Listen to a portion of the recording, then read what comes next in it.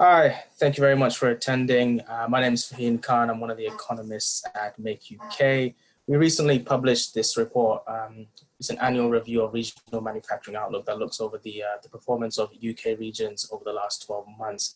And I wanted to go through the results of the UK in general, but also taking a deeper look at the West Midlands and how they have performed, and also comparing that West Midlands performance to some of the other regions, particularly its neighbours. So based on that, I will start. So this is an overview from our Q2 manufacturing outlook, which we published about a month ago, which revealed some very interesting insights, as it was the first in our survey that recorded the impact of COVID-19, which showed that output levels, according to our survey, was the lowest on our record. Both UK and export orders had declined to levels comparable to the financial crisis. Margins have been cut down, and in Q1 2020, we actually saw investment intentions were actually very high just before the pandemic started, and our Q2 results show that the investment plans were actually completely cancelled amongst most manufacturers, and redundancies were beginning to increase. At the time, we made some forecasts for GVA growth in manufacturing and also for GDP, predicting that manufacturing output would decline by 10% in 2020, but grow by 5.8% in 2021. And GDP would be declining by 8.2% in 2020 and 7% growth in 2021. That was forecasted before some of the recent information that we have received over the last month or so. And perhaps you may disagree on the forecast now, and they may change it slightly, but it's an interesting view. Just to give you some more context on how the COVID-19 pandemic has impacted manufacturing as a whole.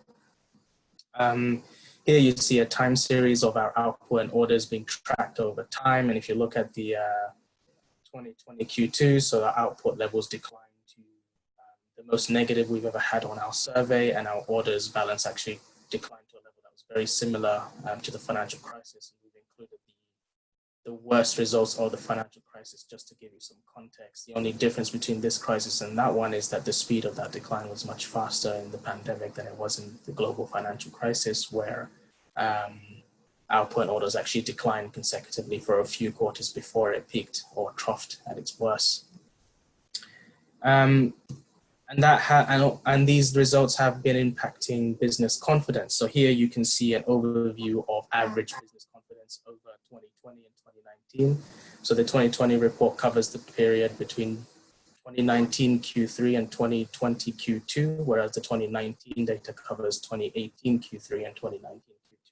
And you can see how the color coding is based on the average decline on business confidence between last year and this year, and those that have declined the most in confidence in that time have been darker, given a kind of a darker orange color, and a blue as a small decline. You can see here the Midlands are actually the only two regions, the West and East, that have seen the biggest decline in confidence. There are two major explanations for that. It's not just the COVID-19 pandemic that's impacted that confidence, but actually the time period analyzed does include the Brexit uncertainty that a lot of manufacturers faced just before the October 31st deadline, before the extension was announced. So a lot of manufacturers in this region were, particularly the automotive sector, were quite feeling the strain of uncertainty with the EU's relationship as well. Moving on, we're going to look a little bit more at the West Midlands performance or its data.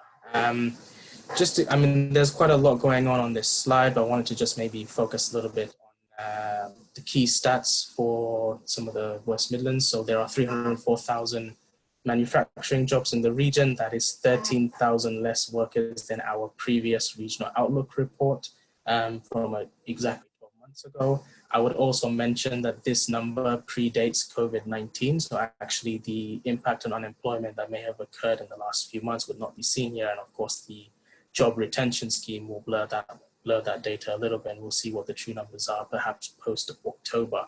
But that 304,000 makes up about 10% of the region's total workforce, and of all the exports of the West Midlands, 44% of those exports go to the EU, and manufacturing productivity is slightly above the UK average. If you look on the right-hand side, you can see the The subsector breakdown of the West Midlands is quite interesting, that the transport equipment segment makes up a huge part of the West Midlands, which is primarily associated with the automotive sector. That's worth about £7 billion in GVA to the West Midlands economy. What is not apparent here, because we have separated the subsectors into different segments, is that the next two biggest subsectors, metal products and machinery equipment, would be tied to the supply chains of the transport equipment sector. And actually the poor performances in automotives will directly impact the performance of metal products and machinery, and also other manufacturing subsectors within the rest of the West Midlands economy. On the left-hand side, this table you see, this is the results from our most recent Q2 results, so not for the whole year, but for actual results on Q2, giving you an indicator of how the pandemic has impacted the West Midlands. In fact, the West Midlands is one of the few regions that have seen declines across all the major indicators that we do track. So that is output, orders, employment, and investment. Again, that's not just due to the pandemic, but also the Brexit uncertainty in that particular region has been quite impactful over the last few months or so. Moving on, so this is data that's been directly extracted from our regional outlook report. So if you look on the left-hand side there, you can see what the West Midlands economy is worth to the UK in terms of its output. So the West Midlands makes about 7% of the UK's output, but its manufacturing sector makes about 1.2% of the UK's output, but 16% of its own regional output, which is very high relative to the UK average, which is about 10%. And if you look on the right-hand side here, you see the where the top 3 export markets are for the West Midlands goods. And of course, the EU takes up the majority of the share, which is about 44%, or as seen on the previous slide, which is a little bit below average. But this story is almost certainly true, not just for the West Midlands, but actually for every region and nation in the UK. You can see here, so this is more data that we have extracted directly from the regional outlook. Out of the various indicators that we track in our survey, you can see we picked out orders and employment as interesting ones. So you can look at the blue line for West Midlands and the orange lines for the UK. Although the West Midlands orders tends to be more cyclical and tends to be more prone to, well, there's a greater level of variation, its long-term trend tends to follow the UK trends, whereas in an employment balance, you tend to see that there's more variation between quarters. Historically, West Midlands was quite a strong area for the employment balance, but actually in recent quarters, you've seen there's quite a negative, very negative results in relation to the UK average. And again, that is explained by the same reasons as some of the poor performances in other areas. Just below, you see kind of a textual view of the summary for the last 12 months in general. I'm not going to read every single line, but the performances for each indicator in the West Midlands have been generally rich from the UK over the last 12 months. So this is the data from here is directly again from Regional Outlook, but we haven't put this chart specifically in this report. This is just to give you some context in how productivity and manufacturing workforce relate to each other in different regions. So the x-axis is measuring manufacturing workforce density, that is the proportion of the manufacturing workforce as a total of a particular region's workforce in that area, versus manufacturing productivity, where UK represents 100% productivity and all the other regions are in relative to that. And in general, you see a negative correlation between workforce density and manufacturing productivity, but it can be a little bit misleading to say that if you were to compare these regions as like for like, but actually the West Midlands, and let's look at the West Midlands and Wales, one of which is a highly automotive dominated industry. Wales is a very aerospace dominated industry, both of which have very R&D intensive sectors and actually quite automated in general. And so they tend to exhibit slightly higher levels of productivity than the UK. But if you look at the bottom right-hand side, the East Midlands, Yorkshire and Humber, Northern Ireland, these are very food and drink subsector dominated. And actually these subsectors tend to have much higher workforces and usually have they tend to be more labor intensive and exhibit lower levels of productivity. But it is interesting to just see the color when you're comparing the West Midlands, which Has been overlapped with Wales a little bit because of the similarities to the nation, but where it stands in relation to the UK, which is the red dot.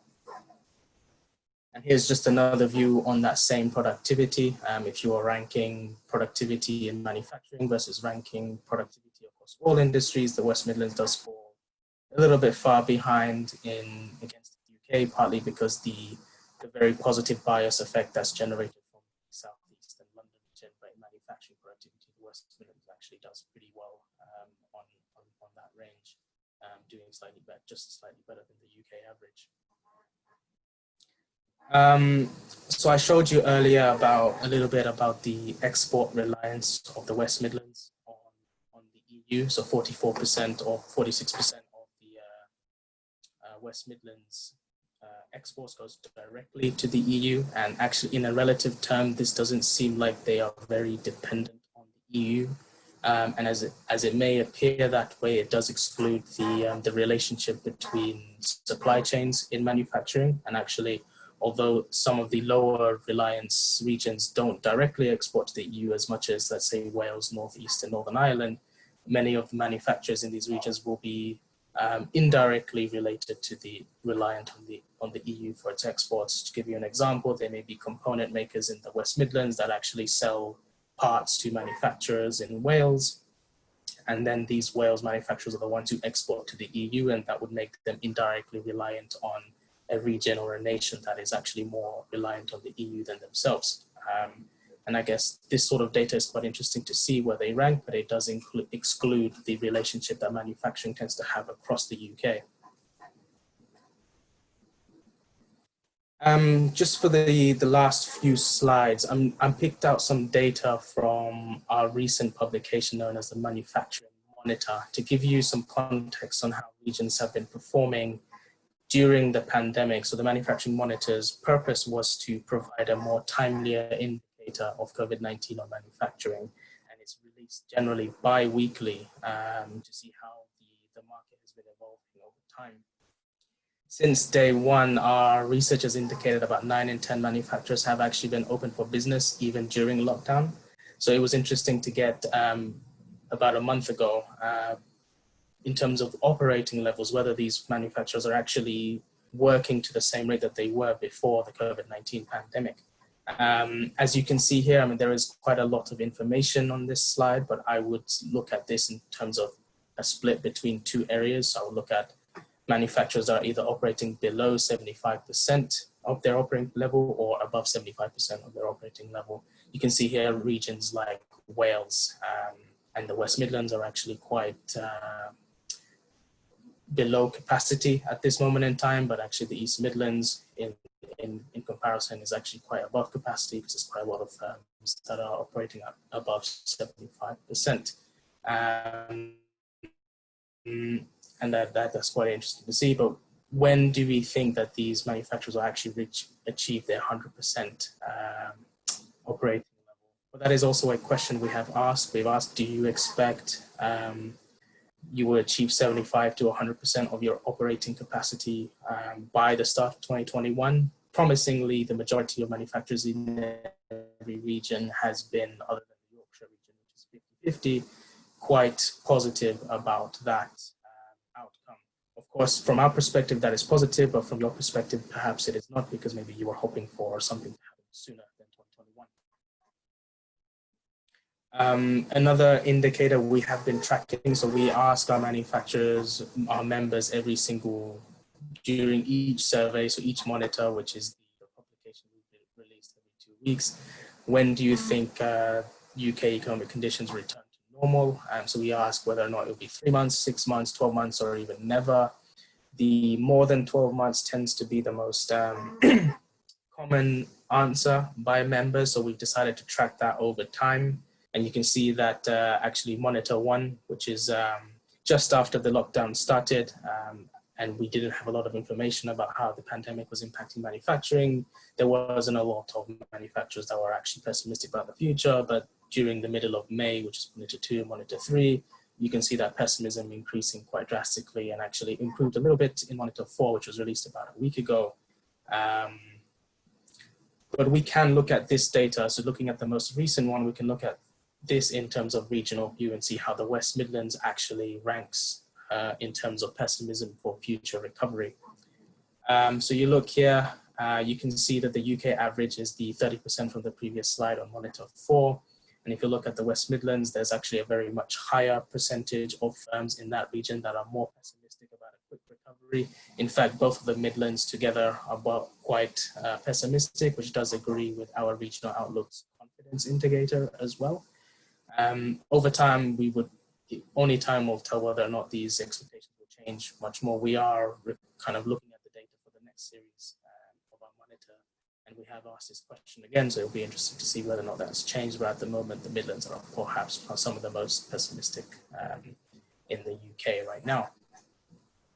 And this, just to finish up, is an overview of the data we have tracked over the last 12 months using our manufacturing outlook surveys for every region. The West Midlands doesn't particularly stand out as different from other regions here because all regions have been impacted by COVID-19 in a drastic way. The only thing I would more point out is that the employment balance has been the most negative for West Midlands, and that does agree with what the ONS has found by reporting a 13,000 decline in workers over the last 12 months.